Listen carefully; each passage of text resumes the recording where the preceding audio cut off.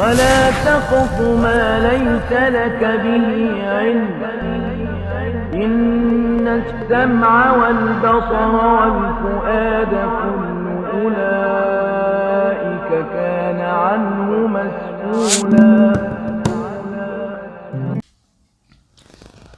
Bismillah, alhamdulillah, salatu wassalamu ala rasulillah, wala hawla wala quwata illa billah, thumma amma ba'd.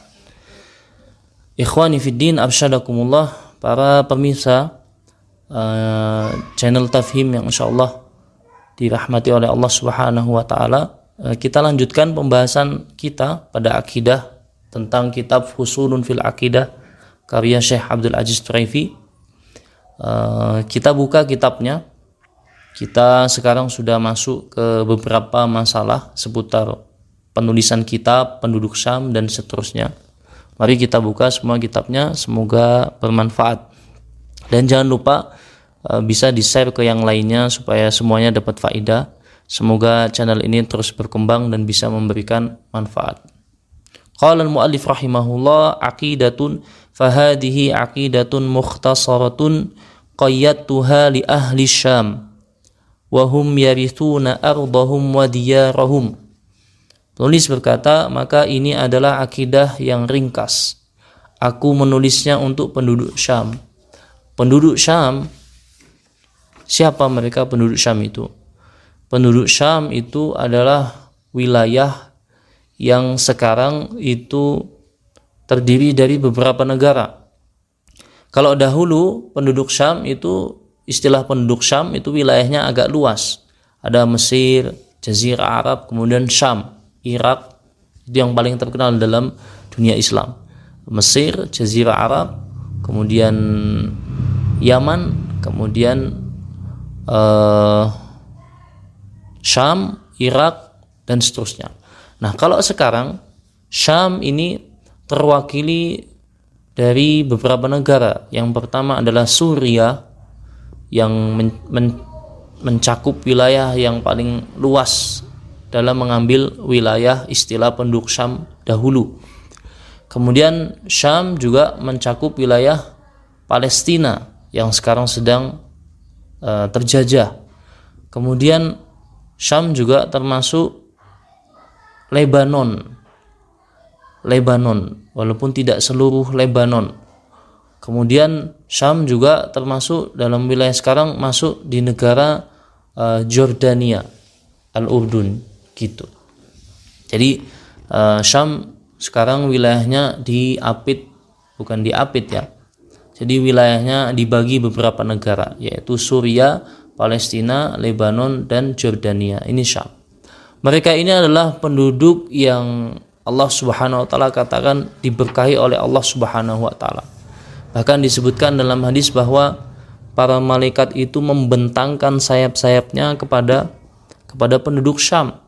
Dan ini adalah negerinya para nabi-nabi, negerinya orang-orang beriman, dan negeri yang akan mewarisi risalah akhir zaman, Islam di masa akhir zaman. Makanya kemudian di situ penulis mengatakan, wahum yarithuna ardahum wa diyarahum. Dan mereka penduduk Syam adalah yang akan mewarisi negeri mereka, tanah mereka, dan rumah-rumah mereka. Ya, maknanya sama, ard dan diyar, rumah, negeri, tempat tinggal. Jadi nanti di akhir zaman kaum muslimin itu kekuatannya akan berkumpul di Syam. Dan kekhalifahan akhir zaman atau khilafah Islamiyah akhir zaman yang akan dibawa panjinya oleh Imam Mahdi rahimahullah, hafizahullah, yang akan dibawa oleh Imam Mahdi itu akan berkumpul kekuatannya dan pusatnya di Syam, di Baitul Maqdis, di Palestina. Kemudian para sahabat Nabi kemudian Nabi Isa juga nanti akan turun di Masjid Jami Umawi. Masjid Putih itu terletak juga di Damaskus, di Suriah, di Syam. Sehingga pembahasan tentang negeri Syam dalam masalah akidah, apalagi kita yang hidup di akhir zaman ini, penting sekali untuk mengetahui kampung halaman terakhir kaum muslimin, yakni pusat kekuatan terakhir kaum muslimin, yaitu negeri Syam. Jadi kita harus tahu betul tentang sejarah Syam ini, dan itulah kenapa penulis menulis kitab ini, di mana ada beberapa pertanyaan dari penduduk Syam kepada penulis supaya menuliskan kitab untuk mereka. Qala al-muallif, penulis melanjutkan, wa hum yarithuna ardahum wa diyarahum ba'da isti'marin nasara thumma tawaifil batiniyati laha nahwan min qarnin. Dan mereka lah yang mewarisi negeri itu, yang sekarang penduduk sekarang ini, mereka yang mewarisi negeri Syam setelah mereka sebelumnya itu dijajah oleh imperium Nasrani, oleh orang-orang Romawi.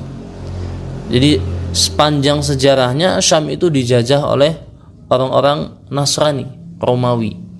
Dari zaman Umar yang menguasai juga Romawi, Nasrani.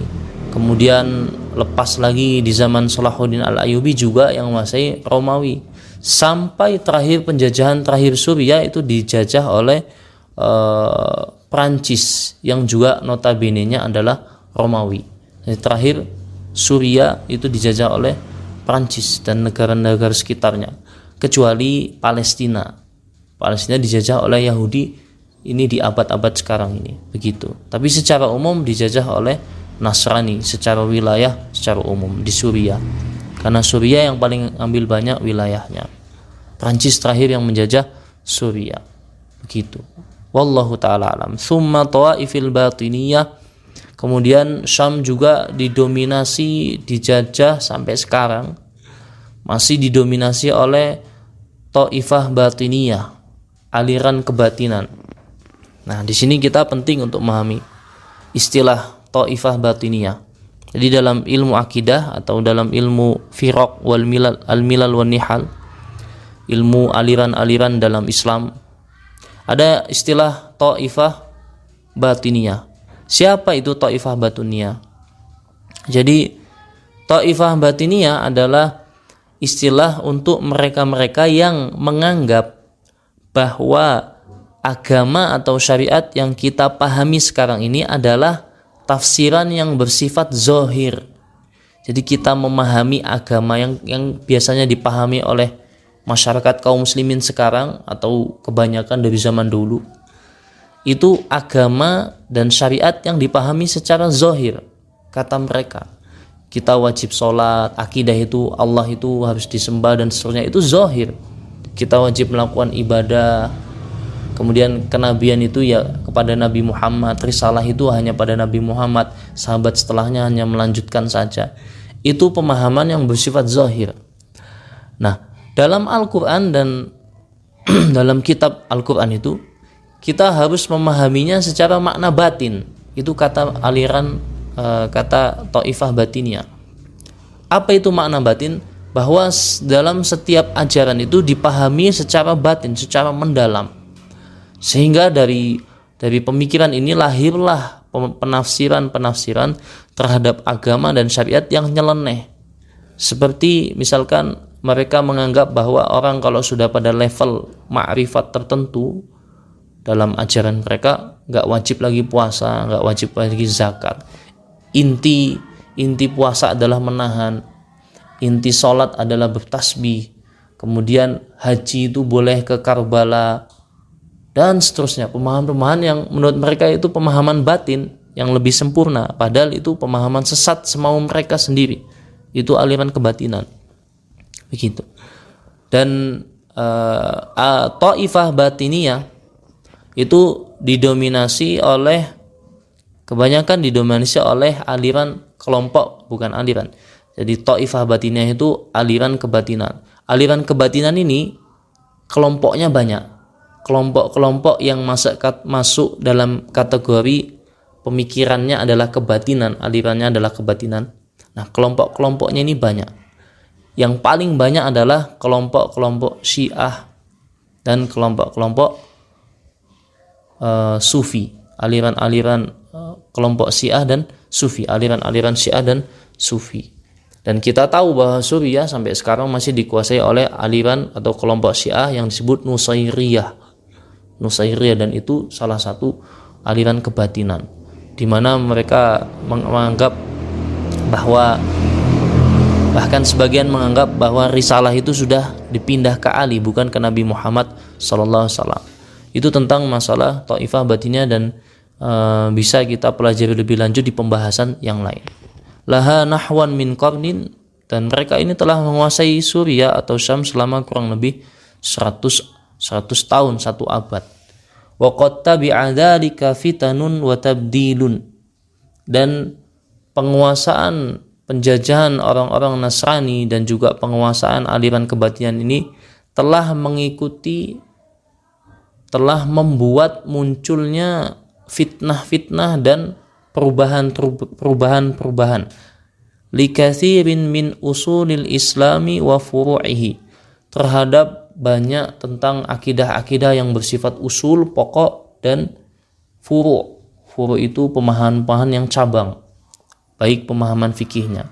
Jadi mereka yang menjajah ini membuat penduduk Syam akhirnya banyak terjadi fitnah pemikiran dan perubahan cara pandang terhadap usuluddin wa furu'ihi, pokok-pokok agama dan cabang-cabangnya, baik akidahnya maupun fikihnya, banyak berubah karena kesesatan-kesesatan ini yang mereka berkuasa, sehingga masyarakat terpengaruh dengan kesesatan tersebut. Nah, atas dasar itulah kemudian beberapa penduduk Syam yang merasa ingin mendapatkan akidah yang bagus, mereka bertanya kepada Syekh Abdul Aziz At-Turaifi agar menuliskan beberapa masalah akidah yang penting yang perlu mereka pahami. Qala al-mu'allif rahimahullah, penulis berkata, kita lanjutkan, waqad sa'alani jama'atun min ahliha wa min ghairi ahliha, dan telah bertanya kepadaku beberapa orang dari penduduk Syam, penduduknya, dan juga dari penduduk yang lainnya. Ada juga dari yang lainnya yang bertanya, an aktubalahumul jawab lima yus'alu anhul abdu yaumal hisab, agar menulis kepada mereka jawaban atas hal-hal yang akan ditanya di hari hisab, hari perhitungan di akhirat, maksudnya masalah akidah. Min haqqillah 'alal ibadi alladhi wassa bihi nuha wan nabiyina min ba'dih, dari hak-hak Allah kepada hambanya, yakni kewajiban apa yang harus kita tunaikan, dan itu hak Allah, kita harus tunaikan kewajiban itu karena itu hak Allah yang telah diwasiatkan kepada Nuh dan para nabi-nabi. Keyakinan dan akidah apa yang diwasiatkan kepada Nuh dan semua nabi-nabi termasuk Nabi Muhammad. Walladhi khutimat bihi risalatul Islam al-munazzalatu ala nabiyil ummi Muhammadin sallallahu alaihi wasallam, yang akidah itu juga ditutup dengan risalah Islam yang diturunkan atas Nabi Muhammad yang ummi, tidak bisa baca tulis sallallahu alaihi wasallam. Semoga salawat kepada Nabi Muhammad sallallahu alaihi wasallam. Sehingga intinya